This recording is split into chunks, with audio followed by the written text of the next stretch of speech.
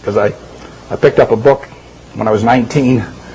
I got interested in stocks when I was about 6 or 7, and I bought my first stock when I was 11, but I was playing around with all this stuff. And I had charts and volume, and I'm making all kinds of technical calculations and everything. And then I picked up a little book, and it just said that you're not buying some little ticker symbol that bounces around every day. You're buying a part of a business. And as soon as I started thinking about it that way, everything else followed. Very simple. There's a chapter 8 in Ben Graham's Intelligent Investor about the attitude towards stock market fluctuations, and that and the chapter 20 on the margin of safety are the two most important essays ever written on investing, as far as I'm concerned.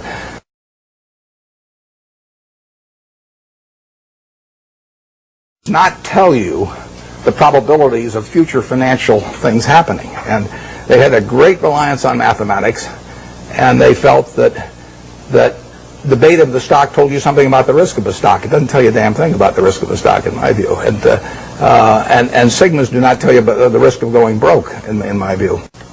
To make money they didn't have and didn't need, they risked what they did have and did need. And that's foolish. That is just plain foolish. It doesn't make any difference what your IQ is.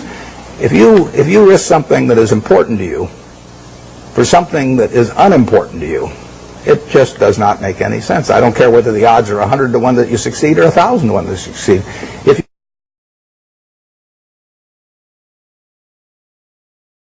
If you look at it like going to the races or something, that's a different thing. But if you're investing, I mean, investing is putting out money to be sure of getting more money back later, at an appropriate rate. And to do that, you have to understand what you're doing it in. I mean, you have to understand the business. And I like businesses I can understand. We'll start with that. That narrows it down about 90%. And, there's all kinds of things I don't understand, but fortunately, there's enough I do understand. And you got this big, wide world out there. Almost every company is publicly owned. So you got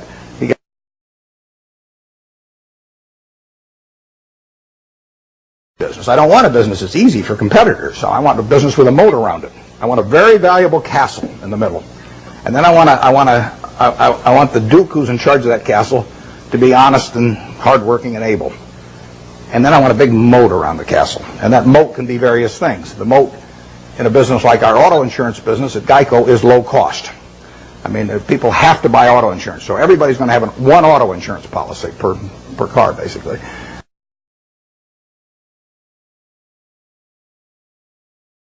So the wonderful business, you can figure out what will happen. You can't figure out when it will happen. You don't want to focus too much on when. You want to focus on what. If you're right about what, you don't have to worry about when very much. Question about what's going to happen to interest rates or where we go in the world. I don't think about the macro stuff. I just what you really want to do in investments is figure out what's important and knowable. If it's unimportant or unknowable, you forget about it. What you talk about is important, but in my view, it's not knowable. Understanding Coca-Cola is knowable, or Wrigley, or Eastman Kodak, or anything. I mean, you can understand those businesses. That's knowable. And whether it turns out to be important depends on where your valuation leads you and the current price and all of that. But we have never either bought a business or not bought a business because of any macro feeling of any kind. We don't read things about predictions about interest rates or business or anything like that because it doesn't make any difference.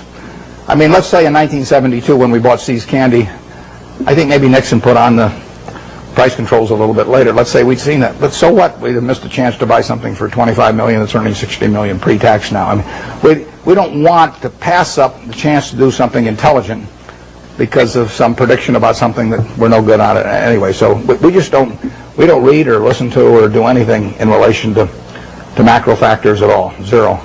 And the typical investment counseling organization goes out and they bring out their economists, they trot them out, and he gives you this big macro picture, and then they start working from there on down. In our view, that's nonsense. And if Alan Greenspan was on one side of me and Bob Rubin on the other side, they were both whispering in my ear exactly what they're going to do the next 12 months. It wouldn't make any difference to me in what I pay for executive jet or general reinsurance or anything else I do.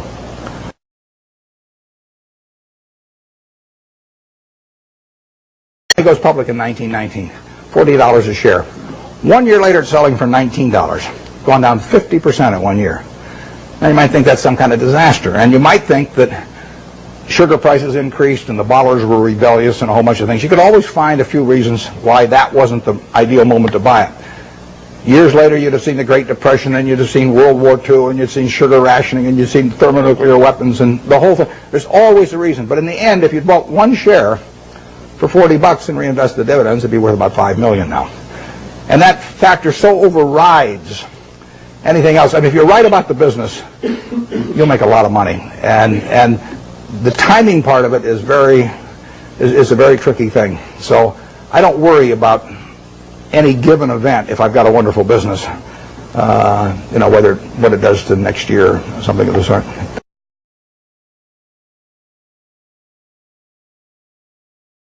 The best way to think about investments is to be in a room with no one else and just think.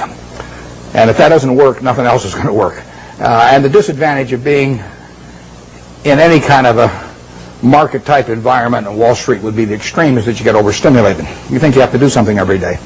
I mean, the Candler family paid $2,000 for this company, and you don't have to do much else if you pick one of those. And the trick then is not to do anything else, even not to sell it in 1919, which the family did later on.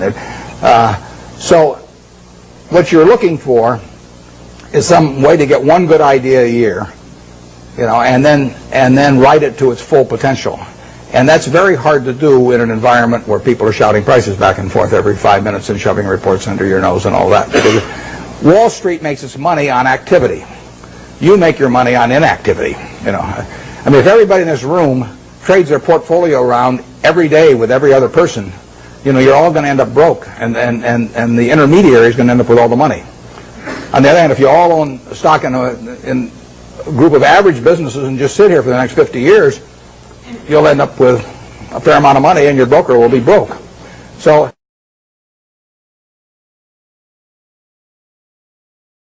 what we really want to do is buy businesses that we would be happy to own forever. It's the same. We never buy something with a price target in mind. I mean, we never buy something at 30 saying if it goes to 40, we'll sell it, or 50 or 60 or 100. We just don't do it that way any more than when we buy a private business like See's Candy for $25 million, we don't say to ourselves, if we ever get an offer of $50 million for this business, we'd sell it. That's just not the way to look at a business. The way to look at a business is this going to keep producing more and more and more money over time? And if the answer to that is yes, you don't need to ask any more questions.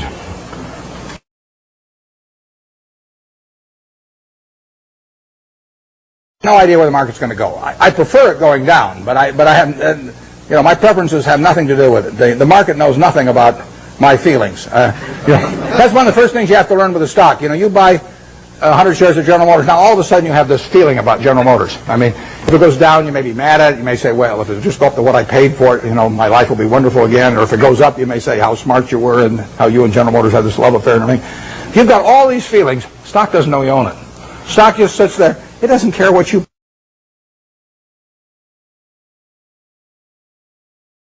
business of evaluating businesses, and you decide that you're going to bring the effort and intensity and time involved to get that job done, then I think that diversification is a terrible mistake to any degree. And I've got a dual answer to that. If you are not a professional investor, if your goal is not to manage money in such a way as to get a significantly better return than the world, then I believe in extreme diversification. I mean, so I believe 98 or 99%, maybe more than 99% of people who invest should extensively diversify and not trade. So